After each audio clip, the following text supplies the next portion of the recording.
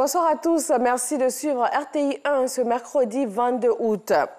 7 personnes ont perdu la vie dans l'incendie de leur domicile survenu dans la nuit d'hier au quartier Konankro à Divo, zone centre-ouest de la Côte d'Ivoire. Les causes de l'incendie sont encore inconnues. Une enquête a été ouverte. Les riverains de la rue Ministre assise à la Riviera Palmeraie ont eu une rencontre avec le ministre de l'Environnement et du Développement durable. Sur la table des échanges, l'arrêt des travaux de la dite rue qui cause de gros désagréments, dont d'énormes nuages de poussière.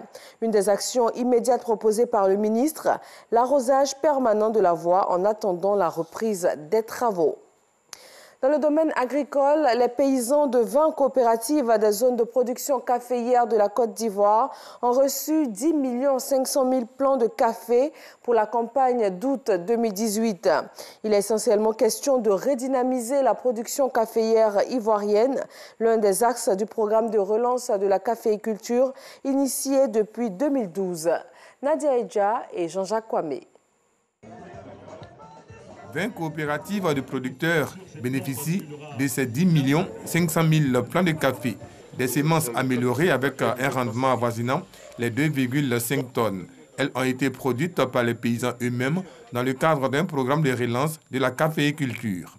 Je tenais à féliciter les braves producteurs de la coopérative Cannes, car vous avez contribué avec votre travail, votre bravoure et votre soutien à l'achèvement et à la réussite de ce projet. Cette distribution de plants va permettre aux caféiculteurs de booster leur production en chute depuis des années.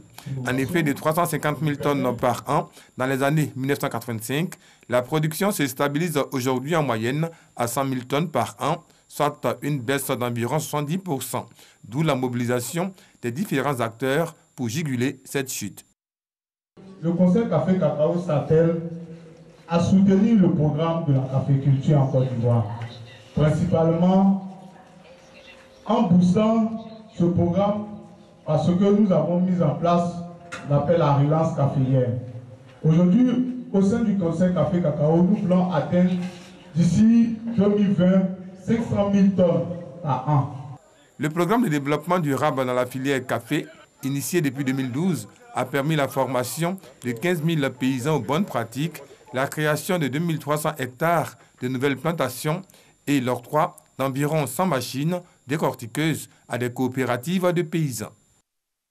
Vacances Culture 2018, du 3 au 9 septembre, la ville de Korogo, dans le nord du pays, va recevoir les équipes en compétition.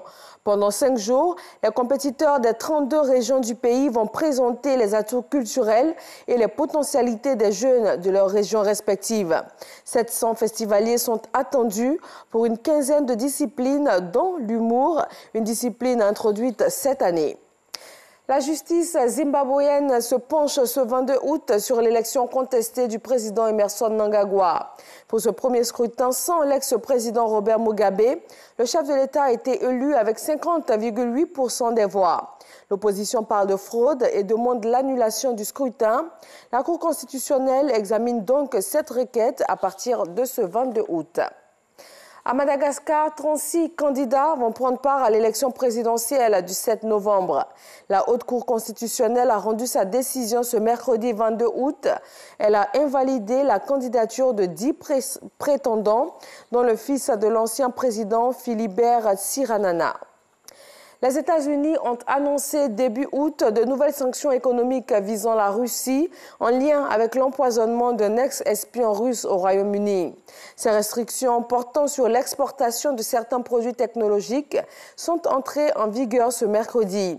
Washington a également imposé mardi des sanctions contre des entités russes accusées d'avoir soutenu des activités de piratage informatique de la Russie ou encore d'avoir commercé avec la Corée du Nord malgré l'embargo international contre Pyongyang. Le président russe Vladimir Poutine a jugé contre-productive et dénuée de sens ces sanctions américaines.